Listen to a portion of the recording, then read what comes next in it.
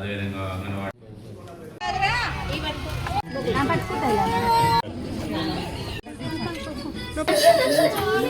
Okay. నీకు ఎన్ని flowers కావాలి? ఏంటవి?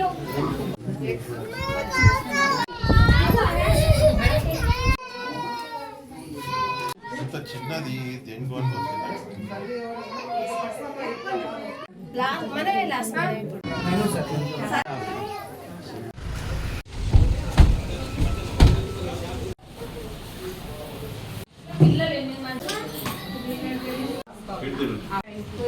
ఇటు చూడమ్మా, ఇటు చూడు. సార్ సార్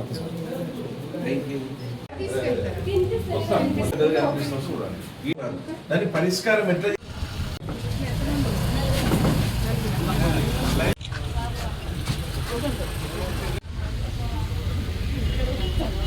ఎవరమ్మా బియ్యం?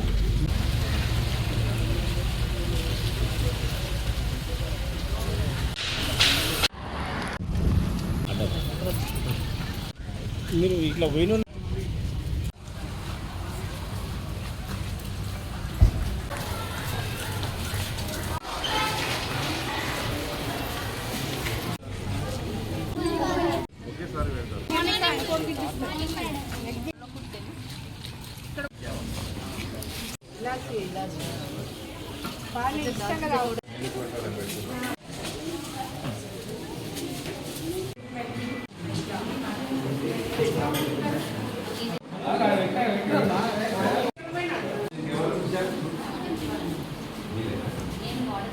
మనుషులు తినేలాగా పశువులు పెట్టినది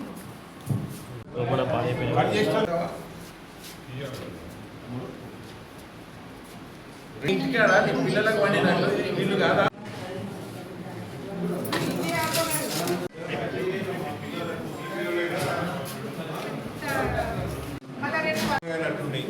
మంచిగా చెప్తే ఇట్లా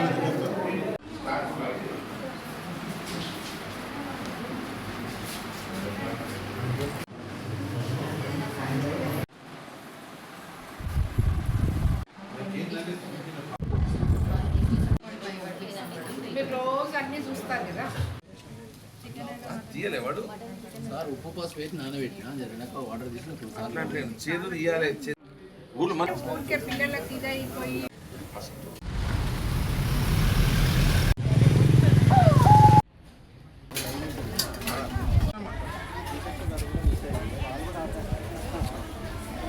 విరాట్ ఎవరు తిన్నారు?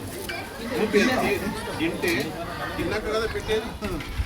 తినకపోతే రాసుకోద్దాం. తిన్నారా అన్న? ఏం చేపిస్తాడు? గత పౌర్ణమి ఇప్పుడు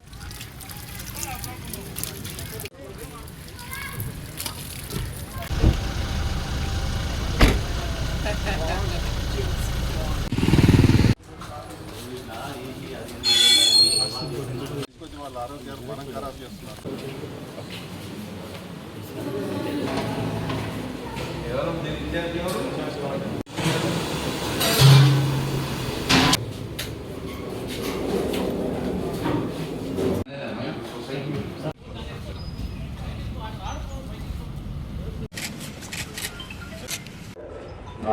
It's consuming food, it is safe, it is nutritious.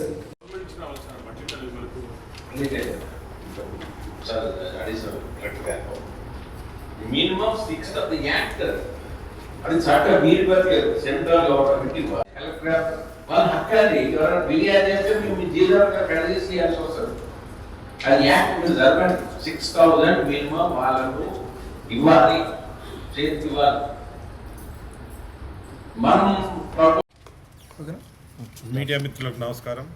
అలాగే జిల్లా అధికారులందరికీ కూడా పేరు పేరున నమస్కారాలు తెలియజేసుకుంటూ ఎంజేపీ స్కూల్ కాలేజీ యొక్క బృందానికి కూడా ధన్యవాదాలు తెలియజేసుకుంటూ ఏదైతే ఈరోజు కమిషన్ కల్వకుర్తి అండ్ ఊర్కొండపేటలో పర్యటించడానికి వచ్చిన నేను కానీ అలాగే మా మెంబర్ అయిన ఆనంద్ గారు కానీ అలాగే ఇంకో మెంబర్ అయిన శారద గారు అందరం కూడా ఈరోజు కల్వకుర్తిలో స్కూల్స్ కానీ కాలేజెస్ కానీ ఫేర్వేర్ షాప్స్ కానీ అంగన్వాడీస్ కానీ అన్నీ కూడా పర్యవేక్షించడం జరిగింది.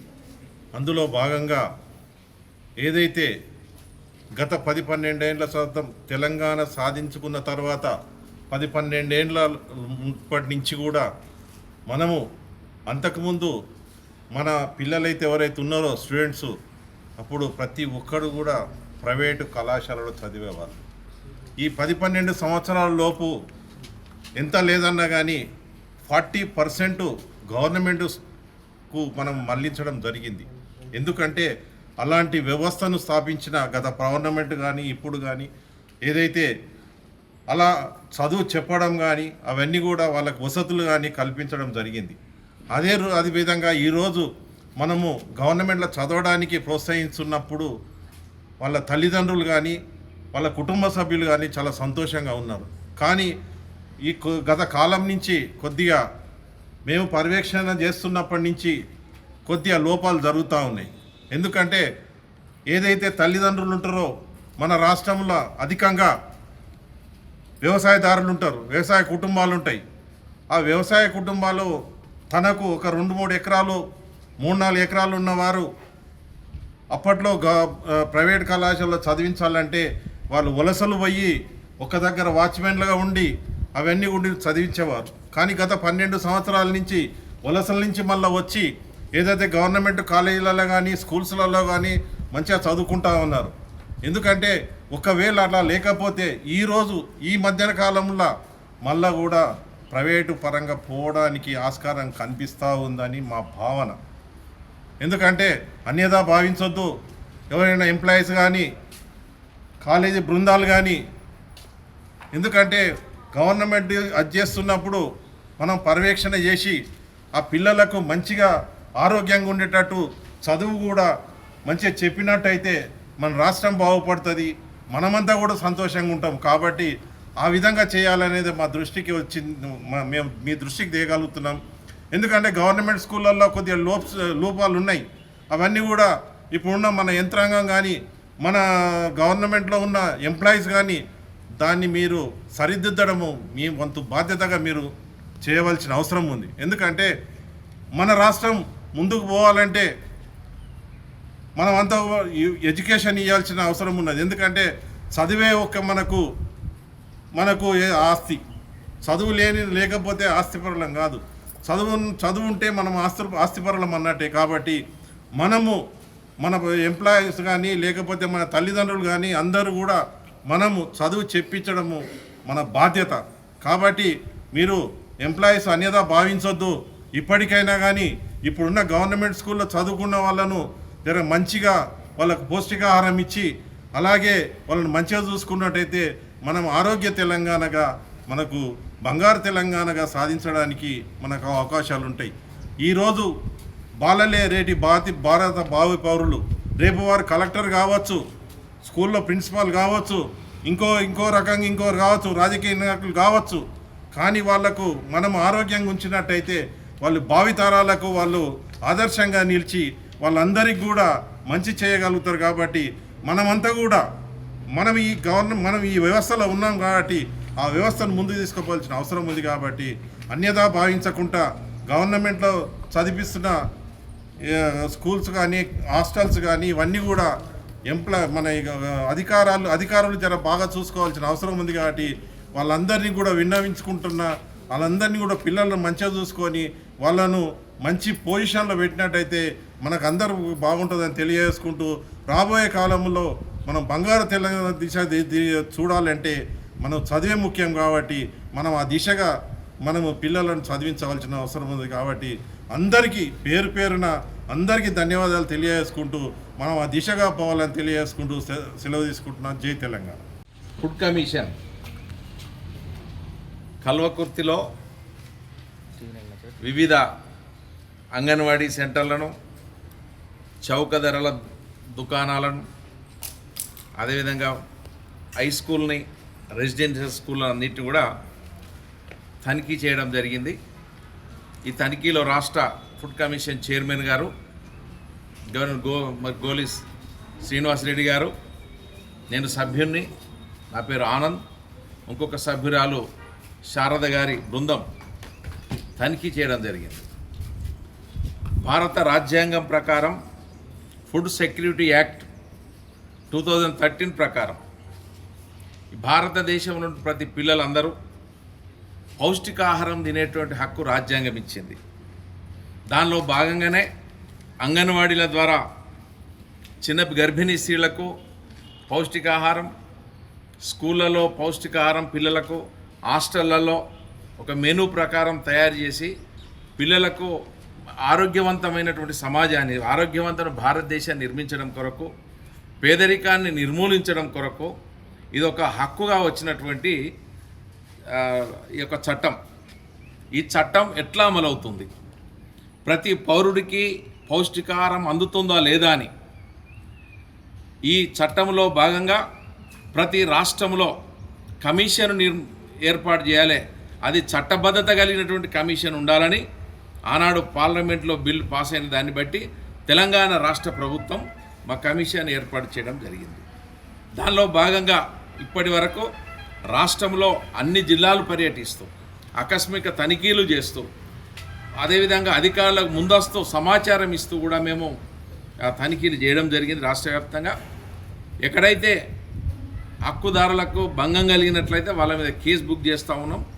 మేము హైదరాబాద్ మా కార్యాలయం పిలిపించి వాళ్ళ కేసు విచారణ చేసి వాళ్లకు ఒకవేళ తప్పు చేసినట్లయితే నిర్ధారణ అయితే వాళ్ళ మీద చర్యలు తీసుకున్నటువంటి అధికారం ఈ కమిషన్కు ఉన్నది.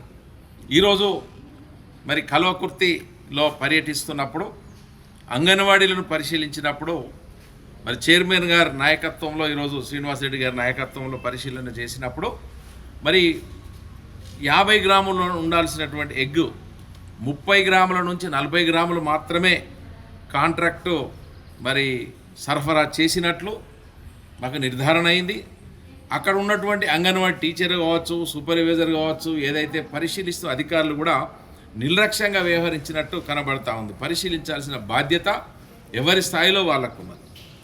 వివిధ అంశాలను కూడా పరిశీలించాం. ఇలా మధ్యాహ్న భోజనాన్ని పరిశీలిస్తే మెనూ ప్రకారం పెట్టలేదు. అక్కడ కొంత నిర్లక్ష్యం ఉంది. పిల్లలకు కూడా భోజనం ఏ విధంగా వడ్డించాలో, పిల్లల యొక్క రుచి తినకముందే, పిల్లలు తినకముందే ఉపాధ్యాయులు రుచి చూడాల్సిన బాధ్యత ఉన్నది. ఆ పర్యవేక్షణ కూడా నిర్లక్ష్యం వహించినట్టు మా యొక్క కమిషన్ గమనించడం జరిగింది. ఫేర్ ఫేస్ షాపులలో కూడా బియ్యం చాలా చక్కగా వస్తున్నప్పటికీ కూడా 1-2 మరి ప్రజలకు, పేదవాళ్లకు కేవైసీ లేకపోవడం వల్ల, ఐరిస్ రాకపోవడం వల్ల చివరి పేదవాడికి కూడా బియ్యం 1-2 వ్యక్తులకు ప్రతి షాపులో ఇవ్వడం అనేది జరగడం లేదు. ఇవన్నిటిని కూడా ఇప్పుడు జిల్లా కలెక్టర్ గారితో మేము రివ్యూ ఉన్నది, అందరు అధికారులతో పాటు. దానిలో మేము ఏం చర్యలు తీసుకోవాలి, నిర్లక్ష్యం ఎందుకు చేస్తూ ఉన్నారు, మరి పూర్తి స్థాయిలో సమీక్ష చేయడానికి ఇప్పుడు మేము కలెక్టర్తో ఉన్నది. అదేవిధంగా మరి ఈరోజు జ్యోతిరావు పులే కళాశాల మేము పరిశీలించినప్పుడు ఇక్కడ చాలా చక్కగా మరి శ్రద్ధతో పిల్లల యొక్క మెనూ కూడా మేము గమనించాం.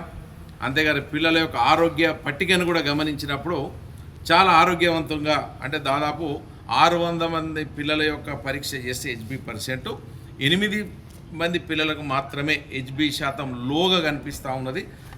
అంటే పూర్తి స్థాయిలో పౌష్టికాహారం అందుతున్నట్టు, అంటే 8.23% మాత్రమే వాళ్ళ కొంచెం వీక్ ఉంటున్నట్టు ఇక్కడ సిబ్బంది కానీ మరి ఇక్కడ పర్యవేక్షిస్తున్నప్పుడు చాలా సంతృప్తి వ్యక్తం చేస్తూ ఉంది కమిషన్.